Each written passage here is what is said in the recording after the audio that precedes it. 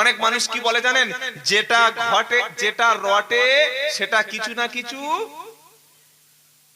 এরকম কথা বলা কবিরা গুনাহ। আল্লাহ পাক কোরআনে বলছে ইন্না বাদাযান ইস, সূরা হুজরাতে আল্লাহ বলছে কোন ধারণাই হলো পাপ। হে ঈমানদারেরা, তোমরা কুধারণা থেকে বেঁচে থাকো। আমাদের মুসলমান নামাজীদের মধ্যে অনেকের কুধারণা। কোন একজন ব্যক্তি সম্পর্কে সব সময় সুধারণা রাখবেন, কারোর সম্পর্কে কোনো খারাপ ধারণা করবেন না। খারাপ ধারণা করার নাম হলো পাপ। এই পাপে সবচাইতে মদতপুষ্ট বাড়ির মহিলারা এক নম্বরে থাকে। ছেলেরাও যে থাকে না তা বলবো না, মহিলারা বেশি।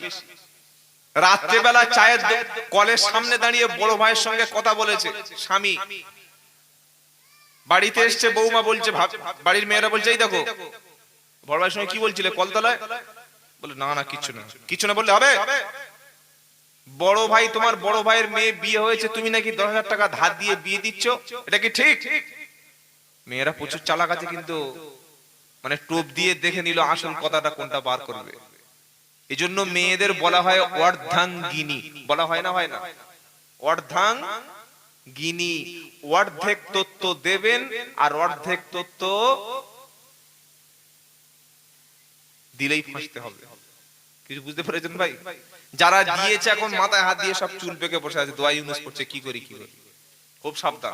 তাই আমরা আজ থেকে কখনো কোনো কুধারণার বশবর্তী হব না, বলুন ইনশাআল্লাহ। কোন ব্যক্তি সম্পর্কে কুধারণা করা কঠিন পাপ, কবিরা গুনাহ।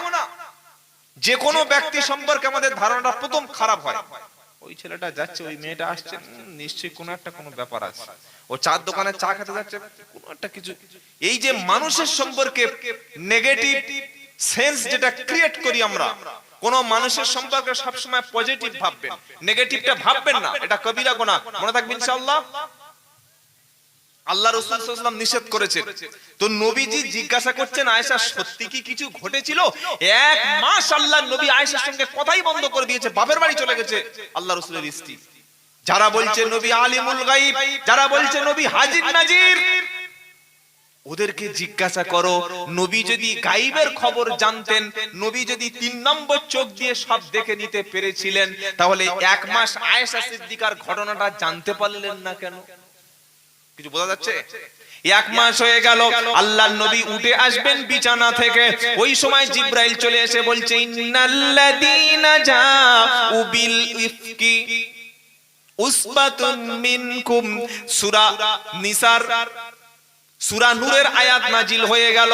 সূরা নূরের 10টি আয়াত নাজিল করে আল্লাহ তাআলা প্রিয় নবীকে বলছেন মুহাম্মদ সাল্লাল্লাহু আলাইহি ওয়াসাল্লাম, নিশ্চয়ই যারা সতী সাধ্বী পবিত্র নারীর উপরে মিথ্যা অপবাদ দিয়েছিল তারা পাপী। এই রকম পাপ যারা করেছে তাদেরকে আপনি শাস্তি প্রদান করুন। আম্মা জান আয়েশা সিদ্দিকা রাদিয়াল্লাহু তাআলা আনহার চরিত্রের সার্টিফিকেট, চরিত্র ভালো, তিনি কোনো ভুল করেনি। কোরআন শরীফে সূরা নূরের মধ্যে আয়েশা সিদ্দিকার সপক্ষে 10টি আয়াত নাজিল হয়ে আয়েশা সিদ্দিকাকে নির্দোষ প্রমাণ করে দিল। কতদিন সময় লাগলো? এক মাস, প্রায় 35 দিন, 1 মাস 5 দিন। যারা বলছে 3 নম্বর চোখ দিয়ে উনি সবকিছু গায়বের খবর বুঝতে পারছেন, নিশ্চয়ই তারা কোরআন বিরোধী কথা বলছেন, শরিয়াত বিরোধী কথা বলছেন। কথা মনে থাকবে ইনশাআল্লাহ, মনে থাকবে। অনেক ধাপ্পাবাজ বুনুনি আছে, দেখবেন হাত দেখে সব বলে দিচ্ছে, হাত দেখে বলে দিচ্ছে তোমার বাড়িতে 12টা জিন আছে। কটা? 12টা, একদম হিসাব করে বলে দিচ্ছে। তোমার বাড়িতে দোষ আছে, বাস্তব দোষ, তোমার বাড়িতে পেঁচা বসে। ভাই এসব কিচ্ছু না, সব মিথ্যা ভণ্ডামি। আমি আব্দুল্লাহ জুবায়ের আপনাকে বলছি, 5 ওয়াক্ত নামাজ পড়বেন, প্রত্যেকদিন বাড়িতে সূরা বাকারা তেলাওয়াত করবেন। জিন, খবিস, দুষ্টু, বদমাইশ কেউ কখনো কোনো ক্ষতি করতে পারবে না, বলুন সুবহানাল্লাহ। বাড়িতে কোনোদিন নাপাক বস্তু আনবেন না, মদ, গাঁজা, বিড়ি, সিগারেট, এই সমস্ত নাপাক হারাম বস্তু বাড়িতে আনবেন না। সুদের মাল, অবৈধ মাল বাড়িতে আনবেন না। চুরির মাল কখনো খরিদ করবেন না।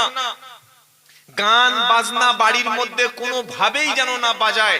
গান বাজনা যেখানে শয়তান আছে, বলেন না, সেখানে তো বাড়িতে গান বাজনা চলে আসলো মানে ইবলিসকে দাওয়াত করে নিয়ে আসলেন, ভাই ইবলিস চলে এসো, please come here, my dear come here. কেউ যদি বাড়িতে গান বাজনা চালায়, মিউজিক চালায়, ফোনের মাধ্যমে হোক, বক্সের মাধ্যমে হোক, বিয়ের সময় হোক, বাড়িতে কোনো অনুষ্ঠানে হোক, জন্মদিনের পার্টিতে হোক, গান বাজনা চালাচ্ছেন মানে শয়তানকে দাওয়াত দিয়ে প্রধান বক্তা করে নিয়ে চলে এসেছেন। একবার যখন শয়তান বাড়িতে ঢুকে যাবে, এবার মিলাদ দিলে শয়তান যাবে তো যাবে? আমরা তো আপনাদেরকে বলে দিই, শয়তান তাড়ানোর জন্য কোরআন তেলাওয়াত, বলুন ইনশাআল্লাহ, বলেন ইনশাআল্লাহ। তাহলে আমাদের বাড়িগুলো আমরা সাফ করব, পরিষ্কার করব। আর যে সমস্ত গুরুনি ভণ্ডামি করে বলছে, হাত দেখে বলে দিচ্ছে বাড়ির মধ্যে জিন আছে, তোমার বাস্তব দোষ হয়ে আছে, তোমার বিবির পিছনে পিছনে জিন ঘুরছে, তিনটে জিন, তিনটে খবিস তোমার বিবিকে চেপে আছে, এরা কি করে বলতে পারছে? আল্লাহ পাক বলছেন না, কুল্লা ইয়ালামু, কুল্লা ইয়ালামু, নবী আপনি বলুন লা ইয়ালামু গায়বা ইল্লাল্লাহ, আল্লাহ ছাড়া গায়েবের খবর, অদৃশ্যের খবর, অদেখা আনসিন, যেটা দেখা যায় না সেটা কেউ জানে না। জিন বা খবিসের হাত থেকে বাঁচার জন্য আরেকটা আমল বলে দিচ্ছি, আমল করবেন। মাগরিবের নামাজ পড়ার পরে সূরা ফালাক পড়বেন 3 বার, সূরা নাস পড়বেন 3 বার। কুল আউযু বিরাব্বিল ফালাক মিন শাররি মা খালাক ওয়া মিন শাররি গাসিকিন ইযা ওয়াকাব ওয়া মিন শাররিন নাফাসাতি ফিল উকদ ওয়া মিন শাররি হাসিদিন ইযা হাসাদ। এর পরে সূরা হচ্ছে শেষ সূরা, সূরার নাম সূরা নাস। কুল আউযু বিরাব্বিন নাস মালিকিন নাস। এটা মুখস্থ আছে আপনাদের? এবার মুখস্থ আছে তো? যদি থাকে আমার সঙ্গে একটু পড়েন, একটা অক্ষর পড়লে কোরআনের 10টা নেকি হয়, বলুন সুবহানাল্লাহ। পড়েন কুল, জোরে মুহাব্বতের সঙ্গে, কুল আউযু বিরাব্বিন নাস মালিকিন নাস ইলাহিন নাস মিন শাররিল ওয়াসওয়াসিল খান্নাস আল্লাযী ইউওয়াসওয়িসু ফি সুদুরিন নাস মিনাল জিন্নাতি ওয়ান নাস। আল্লাহর নবী সাল্লাল্লাহু আলাইহি সাল্লামকে জাদু করে মেরে ফেলে দেওয়ার চক্রান্ত করা হয়েছিল। নবীর দাড়ির চুল টেনে গেরো মেরে 11টি গিরা দিয়ে কুয়ার মধ্যে পুঁতে রেখে নবীকে জাদু করে মেরে ফেলে দেওয়ার চেষ্টা করা হয়েছিল। কোরআন শরীফে 114টা সূরা, 112টা সূরা এসেছে মানব জীবনের সমস্যার সমাধানের জন্য, আর 2টি সূরা এসেছে কোরআনে শুধুমাত্র ঝাড়ফুঁক করার জন্য। সুবহানাল্লাহ বলে। ঝাড়ফুঁকে কোনো অপরাধ নাই, কিন্তু ইসলামে তাবিজ করার জন্য কোনো সুন্নাহ প্রমাণ নাই। অনেক ওলামা বলেছে জায়েজ, চলবে, কিন্তু সুন্নাত নয়, ঝাড়ফুঁকটাই সুন্নাত। আপনি মাগরিবের নামাজ পড়ে 3 বার ফালাক 3 বার নাস পড়ে গোটা শরীরে ফু দিয়ে নেবেন, ফজর পর্যন্ত দুষ্টু জিন খবিস শয়তান কেউ কখনো কোনো ক্ষতি করতে পারবে না। সুবহানাল্লাহ বলে।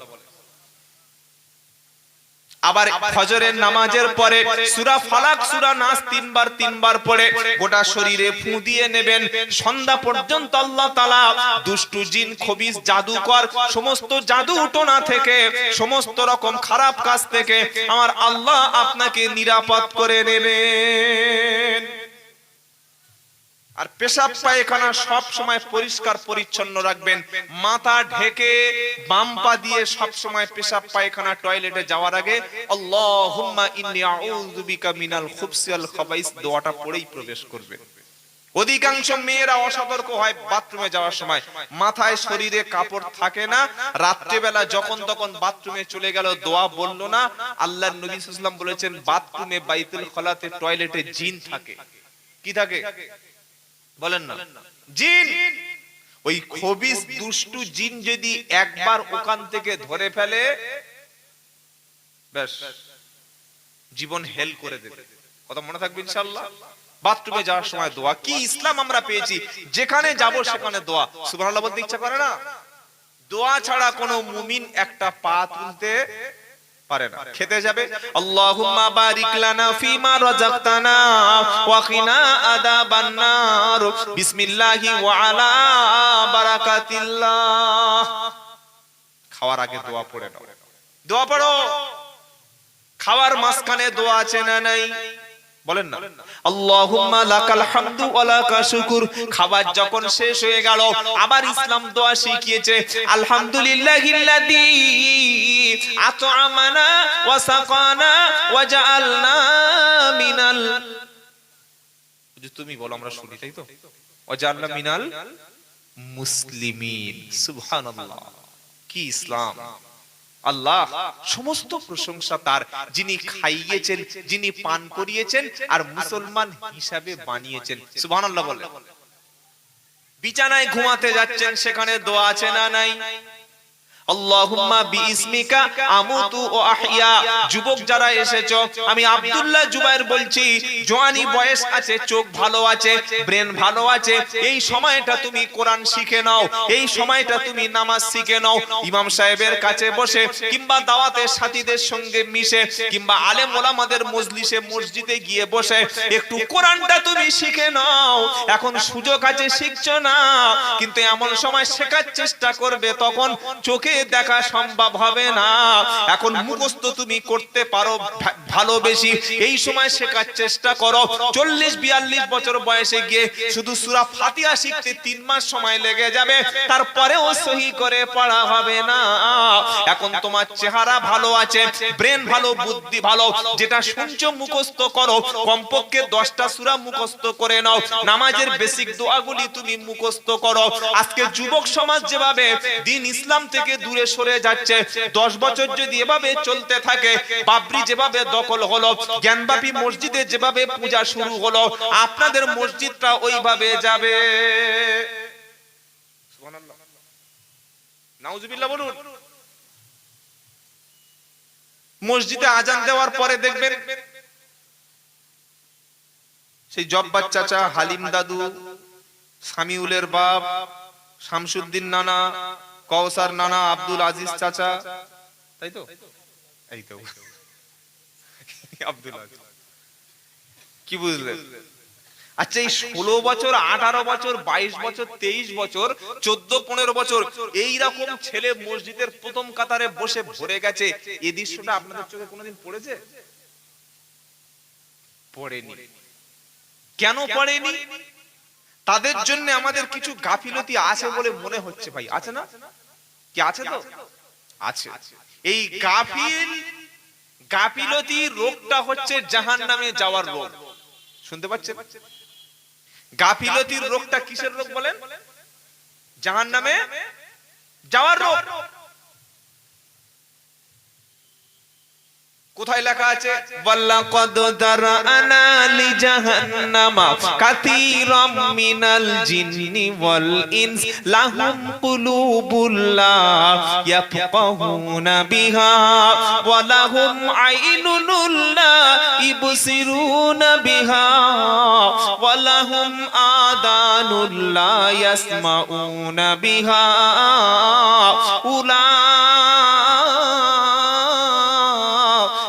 কাল আনআম বাল হুম আযাল উলাইকা হুমুল, কি হবে হাফেজ সাহেবরা? উলাইকা হুমুল গাফিলুন।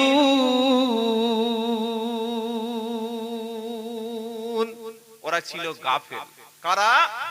9 পারা 13 পৃষ্ঠা 1 নম্বর লাইন 179 আয়াত সূরা নামাল আরাফ। ওয়ালাকাদ দারানা লি জাহান্নামা কাসীরাম মিনাল জিন্নি ওয়াল ইনস লাহুম কুলুবুল লা ইয়াফকাহুনা বিহা ওয়া লাহুম আইনুন লা ইবস ওয়া লাহুম আইনুন লা ইবসিরুনা বিহা ওয়া লাহুম আদানুল লা ইয়াসমাউনা বিহা উলাইকা কাল আনআম বাল হুম আযাল উলাইকা হুমুল গাফিলুন। আমার আল্লাহ যেন ধরে ধরে চোখে আঙ্গুল দিয়ে বলছে, কি বলছে? ওয়ালাকাদ দারানা লি জাহান্নামা কাসীরাম মিনাল জিন্নি ওয়াল ইনস, মানুষ এবং জিনদের মধ্য থেকে বিশাল একটা পপুলেশন, বিশাল একটা সংখ্যককে আমি আল্লাহ বানিয়েছি জাহান্নামী করে, জাহান্নামী হিসাবে মানুষ এবং জিনদের মধ্য থেকে বিশাল একটা সংখ্যককে জাহান্নামের জন্য বানিয়েছি। তারা কারা? লাহুম কুলুবুল লা ইয়াফকাহুনা বিহা, যাদের কলব আছে, হৃদয় আছে, অন্তঃকরণ আছে, পৃথিবীতে সারাদিন সবকিছু চিন্তা ভাবনার সময় পায়, আল্লাহকে নিয়ে ভাবার সময় পায় না। সবকিছু কাউন্ট করে, সবকিছু হিসাব করে। রাতে ঘুমানোর সময় কত নেকি কামালাম, কত গুনাহ করলাম, এটা নিয়ে কখনো ভাবে না। কিছু হারিয়ে গেলে, কিছু তার কাছ থেকে চলে গেলে নির্জনে অন্ধকারে বসে কাঁদে, ডিপ্রেশন করে, টেনশন করে। জীবন থেকে কত বছর চলে গেল, কত নামাজ কাজা হয়ে গেল, কত রমজানের রোজা মিস হয়ে গেল, কত ভালো কাজ করা ছেড়ে গেল, এ নিয়ে কখনো তারা ডিপ্রেশন করে না। আল্লাহ পাক শোনাচ্ছে, লাহুম কুলুবুল লা ইয়াফকাহুনা বিহা, অন্তর দিয়ে তারা কখনো চিন্তা ভাবনা করে না। ওয়ালাহুম আইনুন লা ইবসিরুনা বিহা, চক্ষু থাকার পরে সবকিছু দেখে কিন্তু আল্লাহকে কখনো দেখার চেষ্টা করে না। চোখ আছে, সব দেখে, মোবাইলে দেখতে দেখতে দেখি চোখ ঢুকে গেছে, তাই না? হ্যাঁ না বলেন না? যারা স্বামী এসেছেন ভাই, আমি আব্দুল্লাহ জুবায়ের আপনার হাত দুটো ধরে বলে যাচ্ছি, কতদিন বাঁচবো আমরা জানি না। স্বামী হিসাবে স্বামীর ডিউটি পালন করুন। যদি আপনার বাড়িতে কেবল লাইন থাকে, ডিশ টিভি অ্যান্টেনা থাকে, ওটাকে আল্লাহর রাজির জন্য জাহান্নামের লাইনটা কেটে ফেলুন, কেটে ফেলুন। কেন? এটা শুনে সিরিয়াল প্রেমী মহিলারা আমাকে আর ভালো কথা বলবে না, তারা গালাগালি করবে, কি সব বক্তা এনেছে, উল্টোপাল্টা বলে যাচ্ছে, কিছু জানো না। যারা সিরিয়াল দেখে সন্ধ্যাবেলা, সিরিয়াল ছাড়া যাদের পেটের ভাত হজম হয় না, তারা কিন্তু কেউ কথাটা ভালোভাবে হজম করবে না। কি বুঝলেন? আপনি টাকা দিয়ে সিরিয়াল বাড়িতে রেখেছেন, ডিশ টিভি রেখেছেন, কেবল লাইন রেখেছেন, আপনি তো কাজে চলে যাচ্ছেন, মাসে মাসে বিল আপনি পেমেন্ট করেন, যে দুশ্চরিত্র নোংরা মহিলাগুলি অভিনয় করে আপনার সোনার সংসারটা, আপনার রহমতের সংসারটা, আপনার সুন্নাহর সংসারটা, আপনার ইসলামের মধ্যে প্রবেশ করা সংসার আগুন জ্বালিয়ে দিচ্ছে ভাই, 12টা বাজিয়ে দিচ্ছে, সত্যটা জানা লাগবে। আপনি দেখতে পাচ্ছেন না, বুঝতে পাচ্ছেন না, খালি বলছে আমার বিবিটা এরকম হয়ে গেল কেন, আমার ছেলেটা বিয়াড়া হয়ে গেল কেন, আমার মেয়েটা আগের মতো কথা শোনে না কেন। বলুন, কি করে শুনবে? আপনি তাদের কাছে মডেল হিসাবে খাদিজাকে উপস্থাপন করতে পারেননি। আপনি আপনার স্ত্রীকে আম্মা জান আয়েশার জীবনীটা পড়তে দেননি। আপনি আপনার স্ত্রীকে আপনার মেয়ের হাতে মা মারিয়ামের স্যাক্রিফাইসের জীবনীটা দেননি। বিবি আসিয়া কি স্যাক্রিফাইস করেছে, ঈমানের জন্য বাচ্চা ছেড়েছে, স্বামীকে ত্যাগ করেছে, মরার আগে শহীদ হয়ে গেছে, তবু আল্লাহকে রাজি খুশি করেই মারা গেছে। এই জীবনীটা আমরা আমাদের মেয়েদের হাতে না দিতে পারার কারণে আপনার স্ত্রী এখন আপনার কন্ট্রোলের বাইরে। খালি বলছে হুজুর লিখে দেন। কি করছে? হুজুর লিখে দেন। কটা লিখবো? তাই মৌলবীদের সব বড় বড় জেরক্স মেশিন কিনছে। কি কিনছে না? পীর সাহেবরা খালি জেরক্স করে দিচ্ছে, নাও 501 টাকা, 1001 টাকা, 3002 টাকা, 1314 টাকা, 1275 টাকা। খুলে দেখি শুধু নাম্বার। কি আছে?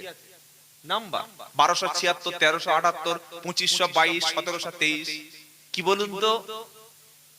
বুঝতে পারেন নাই কি কথা বলছি আমি? এটা তাবিজ 786 তো মাথায় চাপিয়ে দিয়েছি, ভিতরে শুধু নাম্বার 1276, 1378, 2537, 2232। এতেই সব নাকি হয়ে যাবে।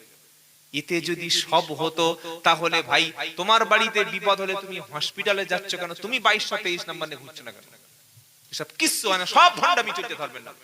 এগুলো বলি বলে একসাথে হুজুর বলে এই একে দাওয়াত করবি না, আমাদের দুশমন। সত্যটা আপনাকে জানা লাগবে। আপনার ঘরের মধ্যে শয়তান এখনো ঢুকে আছে ভাই। আপনি কোরআন তুলে দিয়েছেন সেই সবার উপরে, কোরআন পড়তে গিয়ে দেখি মই লাগাচ্ছে, সিঁড়ি লাগাচ্ছে, লাগায় না কেন? কোরআনটা পেড়ে আনুন। প্রতিদিন বাড়িতে কোরআনের সিরিয়াল চালু হবে, বলুন ইনশাআল্লাহ। 540টা রুকু আছে কোরআনে। আপনার স্ত্রীকে বলুন, তুমি আমার স্ত্রী, অনেক তোমাকে ভালোবাসি, সংসারের কাজ যাই থাক না কেন 5 ওয়াক্ত নামাজ কাজা করো না, কোরআন তেলাওয়াত প্রত্যেকদিন করো। বলতে পারলেই তবে আপনি প্রকৃত স্বামী। আর যদি স্ত্রীর ভালোবেসে সব দিয়েছেন, মুখে মেকআপ, দামি শাড়িটা, ঘুরতে নিয়ে যাওয়া, খেতে নিয়ে যাওয়া, তাকে নিয়ে সব আমোদ ইয়ারকি ঠাট্টা সমস্ত সব রকম ডেকোরেটরস ঘরে সাজিয়ে দিয়েছেন, ফার্নিচার সাজিয়ে দিয়েছেন, তার পছন্দ মতো খাটটা, তার পছন্দ মতো ওড়নাটা, তার পছন্দ মতো জুয়েলার্স দোকান থেকে সব কিছু কিনে দিয়েছেন, কিন্তু আপনি তাকে জান্নাতের রাস্তাটা যদি না দেখান, কিয়ামতের দিনে স্ত্রী কিন্তু আপনার বিপক্ষে সেদিন যাবে। আল্লাহ পাক শুনিয়ে দিচ্ছে, শোনো, জাহান্নামী তারা চোখ থাকতে যারা দেখে না। এই রকম বড় 32 ইঞ্চি এলসিডি লাগিয়েছে মুসলমানের বাড়িতে। 42,000 টাকা দাম স্যামসাং এর মাল কিনেছে। বলছে হুজুর গেছে দেখি লুঙ্গি দিয়ে ঢেকে দিয়েছে। দেয় না বাবা, দেয় না ভাই? হুজুর গেছে কি করেছে? তাড়াতাড়ি লুঙ্গি দিয়ে ঢেকে দিয়েছে। কেন? আমি কি তোর আল্লাহ? নাউজুবিল্লাহ। আমি দেখে কি করব? তুই তো একটু আগে দেখেছিস, তখন লুঙ্গি দিয়ে ঢেকে, সায়া দিয়ে বা ওই সমস্ত চাদর ওন্না দিয়ে যা পেয়েছে বোর ওন্না ফোন্না হুজুরকে ঢেকে দিয়ে লাভ নাই। তোমার নিজের গোনাটা তুমি ঢাকতে শুরু করো। অনুরোধ করে বলে যাচ্ছি, সিরিয়াল যে সমস্ত বাড়িতে ঢুকে গেছে, সে বাড়িতে আর স্বামী স্ত্রীর মিল কখনো সম্ভব হবে না। সে বাড়িতে কখনো শান্তি আসবে না। শান্তি আসবে শুধুমাত্র কোরআনে। বলুন না সুবহানাল্লাহ। সমাধান চাও যদি জীবনে, মরণে ফিরে চাও, খুঁজে নাও চোখ রাখো কোরআনে। তাকবীর। কি আশ্চর্য, আপনাদের গলার আওয়াজ কোথায় গেল ভাই? নয়া বস্তিয়াটা, নয়া বস্তিয়া তো কাকড়া সুতি, বাদুড়িয়া এলাকা তো, থানা বাদুড়িয়া না? বাদুড়িয়ার লোক তো বীর, ধরতে বললে বেঁধে নিয়ে চলে আসে। কি বলছেন আপনারা? সেই লোক তো? কথা বলে না। আপনারা সেই লোক তো? তাকবীর দেন, নারায়ে তাকবীর। সমাধান চাও যদি জীবনে, মরণে ফিরে চাও, খুঁজে নাও চোখ রাখো কোরআনে। সমাধান চাও যদি জীবনে, মরণে ফিরে চাও, খুঁজে নাও চোখ রাখো কোরআনে। তবে পাবে সুখ শান্তির ঠিকানা, তবে পাবে সুখ শান্তির ঠিকানা, যদি মেনে নাও তুমি মনে প্রাণে। সমাধান চাও যদি জীবনে, মরণে ফিরে যাও, খুঁজে নাও চোখ রাখো কোরআনে। সুবহানাল্লাহ বলেন। এ তো চির অম্লান চির মুক্তির ডাক, এ যে মহাবাণী খোদারি কালামে পাক। এ তো চির অম্লান চির মুক্তির ডাক, এ যে মহাবাণী খোদারি কালামে পাক। এই দুনিয়া আর সেই দুনিয়া, মুক্তি পাবে তুমি দু জাহানে। সমাধান চাও যদি জীবনে, মরণে ফিরে যাও, খুঁজে নাও চোখ রাখো কোরআনে। সমাধান চাও যদি জীবনে, মরণে ফিরে যাও, খুঁজে নাও চোখ রাখো কোরআনে। তবে পাবে সুখ শান্তির ঠিকানা, তবে পাবে সুখ শান্তির ঠিকানা, যদি মেনে নাও তুমি মনে প্রাণে। সমাধান, নারায়ে তাকবীর। সমাধান খুঁজে খুঁজে ক্লান্ত হয়ে গেছেন, কোথাও কেউ সমাধান দিচ্ছে না, তো ভাই কোরআনটা পড়তে শুরু করো, কোরআন জীবনে মেনে নাও, সমাধান সব হয়ে যাবে। বলুন সুবহানাল্লাহ। সমস্যার সমাধানের কিতাবের নাম হচ্ছে কোরআন। কোরআন দেখবো, কোরআন পড়বো ইনশাআল্লাহ। কেন? কোরআন হলো মুমিনের শিফা। ওয়ানুনাজ্জিলু মিনাল কুরআনি মা হুয়া শিফাউ ওয়া রাহমাতুল লিল মুমিনিন ওয়ালা ইয়াজিদুল যালিমিনা ইল্লা খাসারা। 15 পারা 9 পৃষ্ঠা 2 নম্বর লাইনের 82 নম্বর আয়াত সূরা বনী ইসরাইল। আল্লাহ পাক বলছে, হে মুমিন ব্যক্তি, বিশ্ববাসীর মুমিনদের জন্য আমি আল্লাহ শিফা হিসাবে কোরআন নাজিল করেছি। জোরে বলুন সুবহানাল্লাহ। এটা কিসের জন্য শিফা? তো কোরআন শোনাচ্ছে, ইয়া আইয়ুহান নাসু ক্বাদ জাআতুকুম মাউইজাতুম মির রাব্বিকুম ওয়া শিফাউল লিমা ফিস সুদূর ওয়া হুদা ওয়া রাহমাতুল লিল মুমিনিন কুল বিফাযলিল্লাহি ওয়া বিরাহমাতিহি ফাবিযালিকা ফালইফরাহু হুয়া খায়রুম মিম্মা ইয়াজমাউন। 11 পারা 14 পৃষ্ঠা 6 নম্বর লাইন 17, 6 নম্বর লাইনে 57 নম্বর আয়াত সূরার নাম সূরা ইউনুস। আল্লাহ পাক বলছে, ইয়া আইয়ুহান নাস, হে মানব সম্প্রদায়, কদ জাআতুকুম মাউইজাতুম মির রাব্বিকুম, তোমাদের রবের পক্ষ থেকে তোমাদের কাছে সবচাইতে যে উপদেশের কিতাব, সবচাইতে উত্তম যে ওয়াজের কিতাব, তার নাম হলো কুরআনুল কারীম। জোরে বলুন সুবহানাল্লাহ। ওয়া শিফাউল লিমা ফিস সুদূর, অন্তরে যত ব্যাধি আছে, রোগ আছে, সব কোরআন দিয়ে দূর হয়ে যাবে। শুধু রোগ অন্তরে দূর হবে না, ওয়া হুদা, এটা হলো হেদায়েতের কিতাব, ওয়া রাহমাতুল লিল মুমিনিন, মুমিনদের জন্য এটা রহমত। জোরে বলুন সুবহানাল্লাহ। শুধু মুমিনদের জন্য রহমত না, কোরআন হলো বিশ্ববাসীর জন্য সতর্ককারী কিতাব। বললে এটা আবার থেকে পাওয়া গেল। কোরআন শোনাচ্ছে, তাবারাকাল্লাযী নাযালাল ফুরকানা আলা আবদিহি লিল আলামিনা নাযীরা। 18 পারা 18 পৃষ্ঠা 13 নম্বর লাইনের একদম 1 নম্বর আয়াত সূরার নাম সূরা ফুরকান। তাবারাকাল্লাযী নাযালাল ফুরকানা আলা আবদিহি লিয়াকুনা লিল আলামিনা নাযীরা। বরকতময় তিনি আল্লাহ, যিনি তার বান্দার উপরে মুহাম্মদ সাল্লাল্লাহু আলাইহি সাল্লামের উপরে সত্য মিথ্যার পার্থক্যকারী হিসাবে ফুরকান নাজিল করেছেন। এই কুরআন আসার কারণ হলো মানুষদেরকে যাতে সতর্ক করে দিতে পারেন। জোরে বলুন সুবহানাল্লাহ। শুধু সত্য মিথ্যার পার্থক্যকারী না, কোরআন শোনার পরে ঈমানদার ব্যক্তির ঈমানটাও কোরআন শোনার পরে বেড়ে যাবে। জোরে বলুন সুবহানাল্লাহ। বললে হুজুর আবার কোথা থেকে ঘোষণা?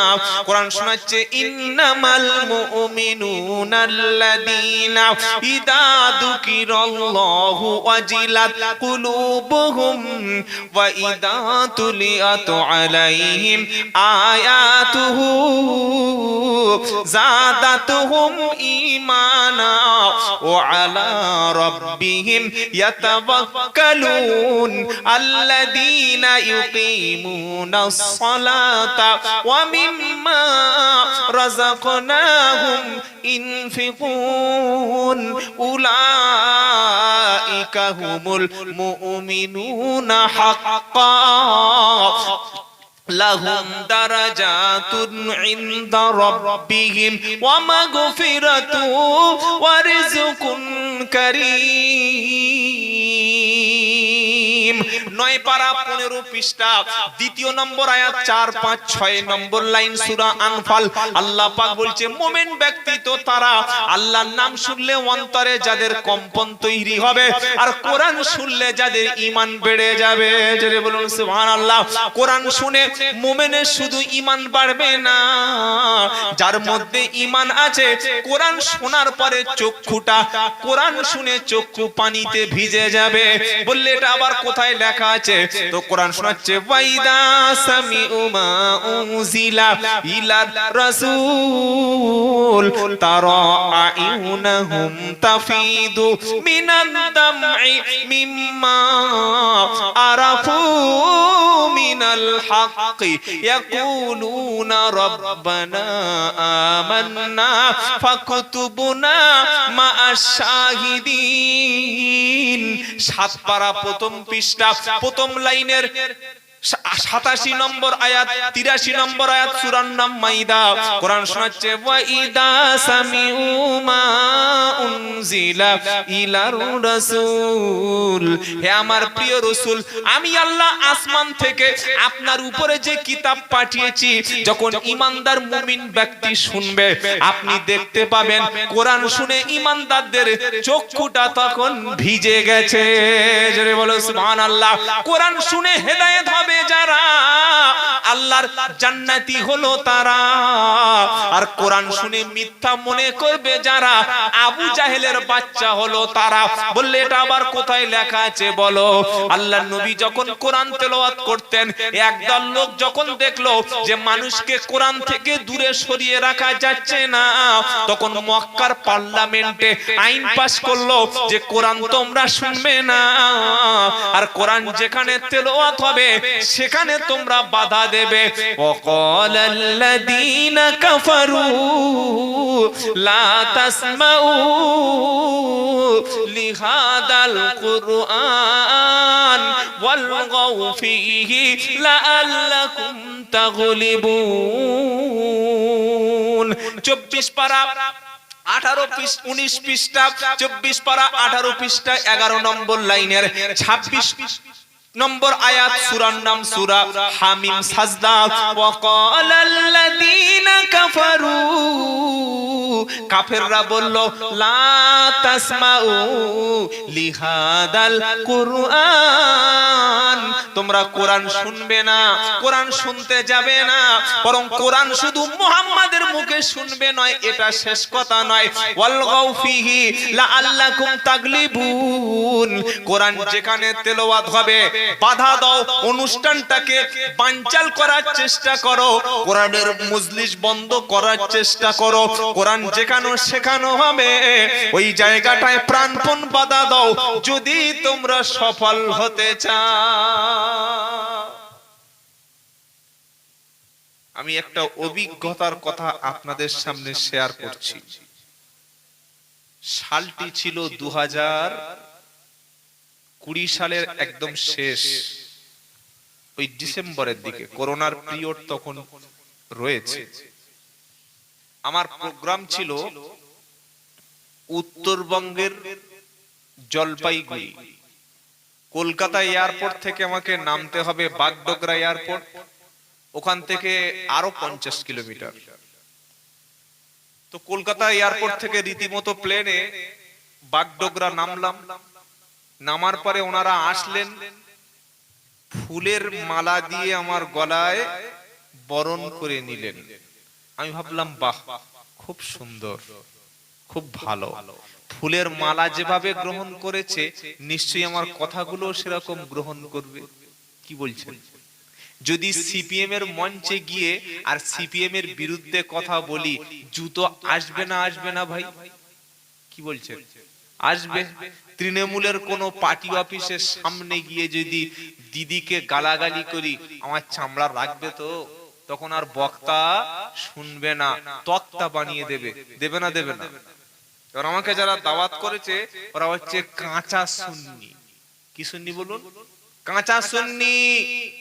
যারা মাজারে সেজদা দেয়, মহিলাদেরকে মাজারের পাশে বসতে দেয়, সেখানে সহযোগিতা চায়, সেখানে চাদর চাপায়, এবং কবরওয়ালা যে কবর থেকে বসে বা শুয়ে বা ঘুমিয়ে জীবিত ব্যক্তিকে কিছু করে দিতে পারে, কবরওয়ালা করতে পারে, এই বিশ্বাস নিয়ে তারা কবরে যায়। বলুন তো, এই বিশ্বাস কোন মুসলমানের থাকলে তার ঈমান থাকবে? আসতে বললেন যে আমাকে নিয়ে গেল। আমি আলোচনা শুরু করলাম কোরআনের উপর দিয়ে, কারণ এই জগৎবাসীকে হেদায়েতের কিতাব হিসাবে আল্লাহ কোরআন পাঠিয়েছেন। সবচাইতে কষ্ট কোন জায়গায় লাগে জানেন? যখন একটা বক্তাকে কমিটির লোক 10,000, 12,000, 15,000 টাকা দিয়ে নিয়ে আসে, আসার পরে যে ফলটা বাপকে খেতে দেয় না, ছেলে মেয়েকে খাওয়াতে দেয় না, দামি বাজারের ফল বক্তাদের খাওয়ায়, নাকি কম দামি ফলটা খাওয়ায়? দামি নয়। আমি তো অসুস্থ, তারপরে এসে দামি দামি ফল আমাকে খাইয়েছে, অনেকগুলো, নাম বলবো না, প্রচুর খেয়েছি। এই ফলটা খাইয়ে যখন বক্তাকে মঞ্চে চাপিয়ে দেওয়া হলো, তখন তো আমার আল্লাহ কি বলেছেন, রাসূল করিম সাল্লাল্লাহু আলাইহি ওয়াসাল্লাম হাদিসে কি বলেছেন, আল্লাহ এবং রাসূলের কথা মানুষের সামনে পেশ করার দরকার ছিল না ছিল না? ছিল। আমরা দেখলাম যে ভাই, পড়াশোনা করে বক্তব্য করতে গেলে অনেক কষ্ট, ঝামেলা। কোরআন থেকে, হাদিস থেকে, সাহাবাদের জীবনী থেকে কথা বলতে গেলে পড়ে আসতে হয়। আর বাপ দাদুর ঘটনা বলতে গেলে পড়াশোনার দরকার লাগে না, খালি চোখ মুজিয়ে কানে হাত দিয়ে আব্বা জানেরা, দাদা জানেরা। জনগণ মনে করছে দারুণ গলা, আবার দু চারটে গজলও বলে দিল শিল্পীদের মতো, হয়ে গেল। মানুষের মন তুষ্টি হয়ে গেল, মেয়েদের চোখটা একটু গজল শুনে ভিজে গেল, যাওয়ার সময় হুজুরের পকেটও ভরে গেল। অথচ হেদায়েতের যে কিতাব কুরআনুল কারীম, নবীর যে হাদিস সুন্নাহ, এই দুটি থেকে সারা জীবন ঠকিয়েছে বক্তা নামধারী যারা, তারা কখনো মানুষকে পথ দেখাচ্ছে না।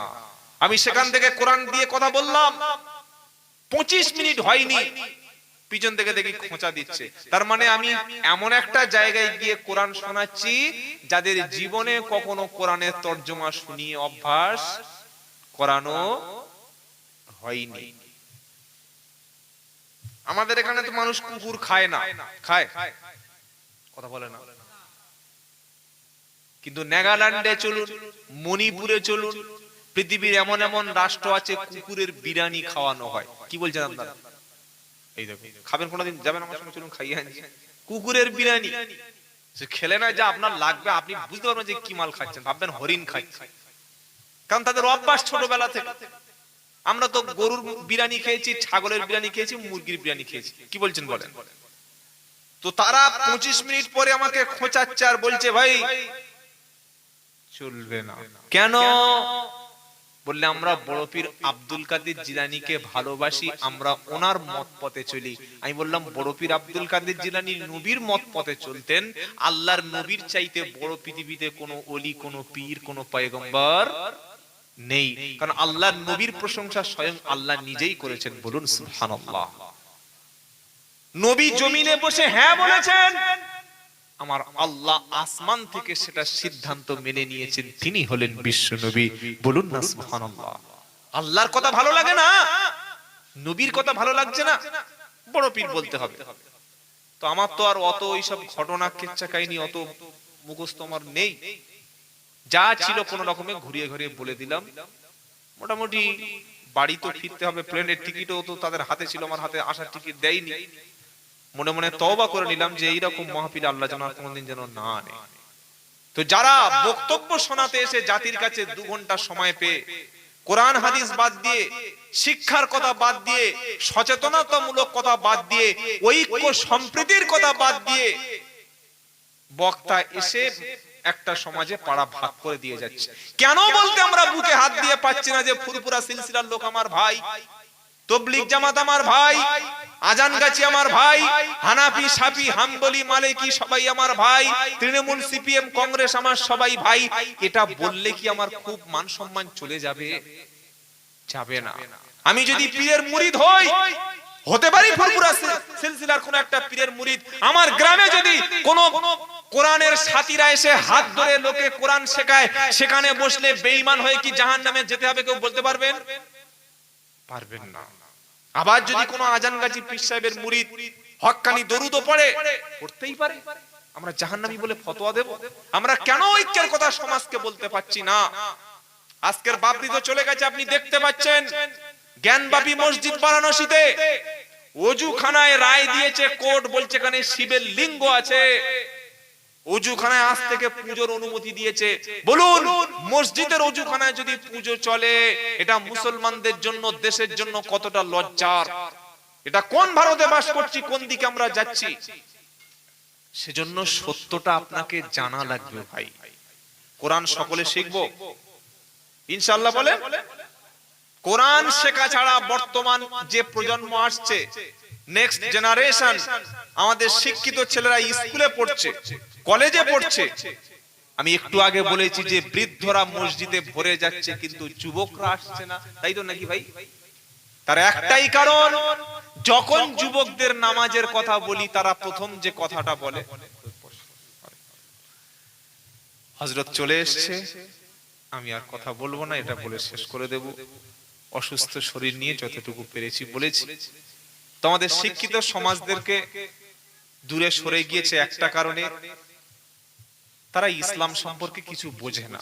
যখন নামাজের কথা তখন তাদের বলি না, তারা প্রথম কথা বলে হুজুর আমাদের কাপড় পাক নাই, আর দ্বিতীয় কথা এটাই বলে যে আমাদের নামাজ সম্পর্কে, কোরআন সম্পর্কে কিছু জানি না।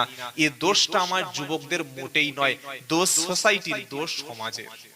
তাই যারা গার্জিয়ান, অভিভাবক, বাবা এসেছেন, মা এসেছেন, এখানে বসে শপথ করুন, এই জলসাটা দিয়েছেন আগামী বছর দেবেন কি দেবেন না একবার আমি জিজ্ঞাসা করব না, তাতে আমার লাভও নাই ক্ষতি নাই, কিন্তু এই শপথটা করুন যে যত ছেলে আমাদের বাড়িতে আছে, যত মেয়ে আছে, মক্তব পড়ানো হয় মসজিদে, প্রত্যেকটা ছেলে মেয়েকে মক্তবে শিখিয়ে 1 বছরের মধ্যে আমার ছেলে আমার মেয়েকে কোরআন পড়নেওয়ালা পাকা নামাজি বানাবো, এই শপথ করুন, বলেন ইনশাআল্লাহ। আল্লাহ তাআলা আমাদের সবাইকে কবুল করুক, সকলে বলুন আমিন। মুর্শিদাবাদ থেকে আমার ভাই এসেছেন, আল্লাহ তাআলা তাকে হায়াতে তয়্যিবা সিহাতে কুল্লিহা দান করুক। তিনি অত্যন্ত খুব সুন্দর আলোচনা করবেন। আমি গুনাহগার আব্দুল্লাহ জুবায়ের আপনাদের সামনে যতটুকু কথা অসুস্থ শরীর নিয়ে বলতে পারলাম, আল্লাহ তাআলা আগে যেন আমাকে, পরে আপনাদেরকে আমল করার, শোনা এবং বলার চাইতে আমল করার তৌফিক দান করেন। আমার কথার দ্বারাই যদি কেউ ব্যথা পেয়ে থাকেন অন্তর থেকে ক্ষমা করবেন।